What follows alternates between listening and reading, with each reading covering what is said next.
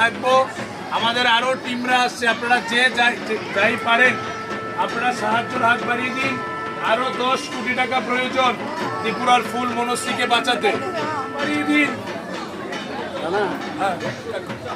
কর্ণধার রাজ্যের সুপরিচিত মুখ ত্রিপুরেশ্বরী মায়ের বীর সন্তান প্রণব সরকার মতিন, আমি ওনাকে বলবো এই লাইভের মাধ্যমে 2-4টি লাইন বলার জন্য।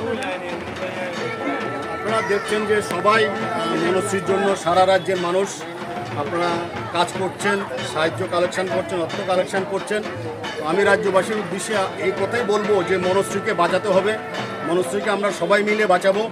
আমরা শুরু থেকে একে আমরা প্রমোট করার চেষ্টা করছি। প্রেস ক্লাবে যখন করলো আমরা প্রেস ক্লাবে ওনাদের আমরা সাহায্য করেছি। প্রেস ক্লাবে করার ক্ষেত্রে আমার একটা বিনীত আবেদন থাকবে রাজ্যবাসীর কাছে, দলমত নির্বিশেষে যে যা পারুন মনশ্রীকে বাঁচানোর জন্য সাহায্য করুন।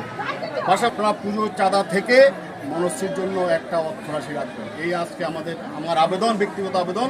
এবং আমি ওনাদেরকে বলেছি আগামীকালকে আমার অফিসে যাওয়ার জন্য আমার তরফ থেকে যতটুকু সাহায্য করার আমি আগামীকালকে করব। নদীর থেকে ত্রিপুরার রাজ্যের বীর সন্তান, হেডলাইন্স ত্রিপুরার কর্ণধার প্রণব সরকার মহোদয় যে বার্তাটা রেখেছেন গোটা রাজ্যবাসীর উদ্দেশ্যে, আমি বিনম্রভাবে অনুরোধ করব ক্লাব ফোরামের প্রেসিডেন্টও উনি, সমস্ত রাজ্যের ক্লাবরা বেরিয়ে আসুন। এবার না হয় একটা লাইটিং গেট আমরা করব না, কিন্তু ত্রিপুরার ফুল কলি সম্পদ গোলাপদের আমরা তার মার কুলে ফুটতে দেখতে চাই। আমি গোটা রাজ্যবাসীর কাছে বলছি আপনারা প্রাণ ভিক্ষা দিন ত্রিপুরার ফুল মনশ্রীকে। আর 15 থেকে 20 দিন সময় রয়েছে। আমাদের আরো 10 কোটি টাকা প্রয়োজন। আপনাদের সহযোগিতা, মানবতায়, ভালোবাসার হাত, আশীর্বাদ, দোয়া, প্রার্থনায় ত্রিপুরার ফুল মনশ্রী আগামী দিন তার মার হাত ধরে স্কুলে, মন্দিরে, মসজিদে, গির্জায় যাবে। নমস্কার।